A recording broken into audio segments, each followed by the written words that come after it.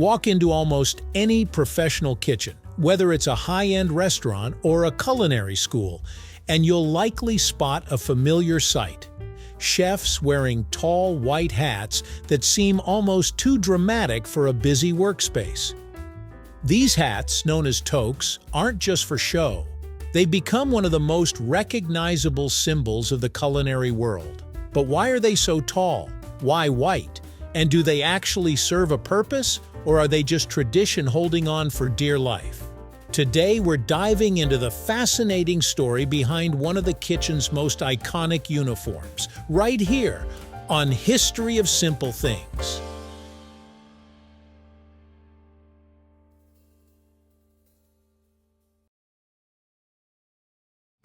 The origins of the chef's tall hat trace back centuries, with roots in both practicality and hierarchy. One popular story takes us to ancient Assyria around 700 BCE, where cooks supposedly wore hats to distinguish themselves and prevent hair from falling into food. However, the modern version of the chef's hat is more closely linked to 19th century France, particularly to the legendary chef Marie-Antoine Carême. Carême is often credited with formalizing the modern kitchen uniform, including the tall white toque. Working during a time when French cuisine was becoming refined and systematized, he believed that chefs should present themselves with discipline and cleanliness. The tall hat became part of this image, symbolizing professionalism, order, and respect for the craft. From there, the tradition spread across Europe and eventually the world. That towering height isn't just about looking impressive, it actually has symbolic roots. Historically, the height of a chef's hat indicated rank within the kitchen. The taller the hat, the more experienced or senior the chef was. Head chefs or executive chefs would wear the tallest toques, while junior staff might wear shorter versions or none at all. There is also a practical angle. A taller hat allows for better air circulation around the head, which is surprisingly important in a hot kitchen environment. With ovens blazing, stovetops firing, and little room for error, chefs work under intense heat. The extra space inside the hat helps keep the head cooler compared to tighter-fitting headwear. The choice of white isn't random. It's deeply tied to hygiene. In professional kitchens, cleanliness is everything. White fabric makes it easy to spot dirt, stains, or spills immediately. If a chef's uniform isn't spotless, it shows right away. This emphasis on visible cleanliness dates back to the same era as Carême, when kitchens were becoming more organized and sanitary standards were improving. Wearing white sent a clear message. This kitchen takes hygiene seriously. It also reflected light and heat better than darker colors, which made it more practical in warm environments.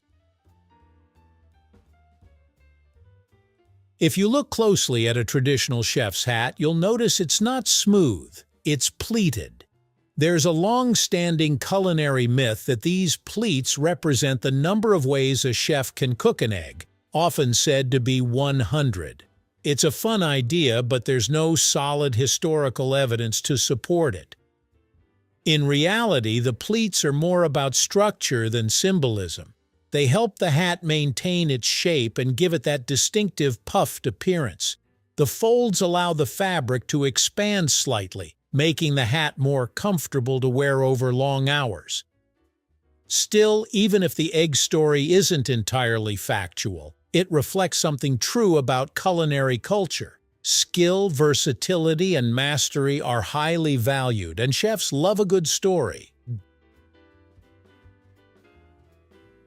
Beyond tradition and symbolism, chef's hats serve a very practical role, keeping hair contained. In a professional kitchen, loose hair is a major hygiene issue. The toque helps prevent strands from falling into food while also absorbing sweat. Modern kitchens often use alternatives like skull caps, bandanas, or hair nets, especially in fast-paced or casual environments. These options are easier to maintain and more practical for everyday use. However, in fine dining or formal culinary settings, the traditional toque still holds strong. It's not just about function, it's about identity.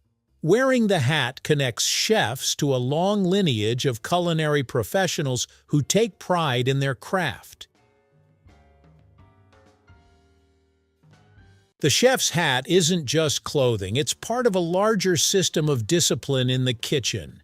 Professional kitchens operate with a strict hierarchy, often referred to as the brigade system. Uniforms, including the toque, help reinforce roles and responsibilities. When a chef puts on that hat, it represents more than just their job. It signals training, experience, and a commitment to standards. It's a visual reminder that cooking at this level isn't casual. It's precise, demanding, and deeply respected. Even today, culinary schools around the world continue to teach students the importance of wearing proper uniforms, including hats, as a way of building professionalism from day one.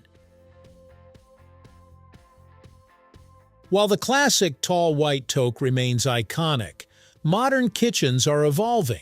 Many chefs now prefer more practical headwear, especially in fast-paced environments where comfort and efficiency matter more than tradition. You'll often see chefs wearing shorter caps or even going without hats entirely, depending on the setting. However, the traditional toque hasn't disappeared. It's still widely used in formal kitchens, culinary competitions, and ceremonial occasions. In many ways, the toque has become less about necessity and more about heritage. It's a nod to the past, a symbol that connects today's chefs with centuries of culinary evolution. So, why do chefs wear tall white hats? It turns out it's a mix of history, practicality, and symbolism. From its roots in 19th century France to its role in modern kitchens, the toque represents cleanliness, hierarchy, and professionalism, all wrapped into one striking piece of clothing. What might look like an over-the-top fashion choice is actually a carefully designed tool shaped by centuries of culinary tradition. And even as kitchens continue to evolve, that tall white hat still stands as a powerful symbol of the chef's craft, one that instantly tells you serious cooking happens here. Thank you for watching. If you have suggestions for our next video, feel free to share them in the comments below. We'll be sure to give you an acknowledgement for your contribution. Thank you for joining us on this journey through the history of simple things. Don't forget to like, subscribe, and stay tuned for more stories woven through the smallest details.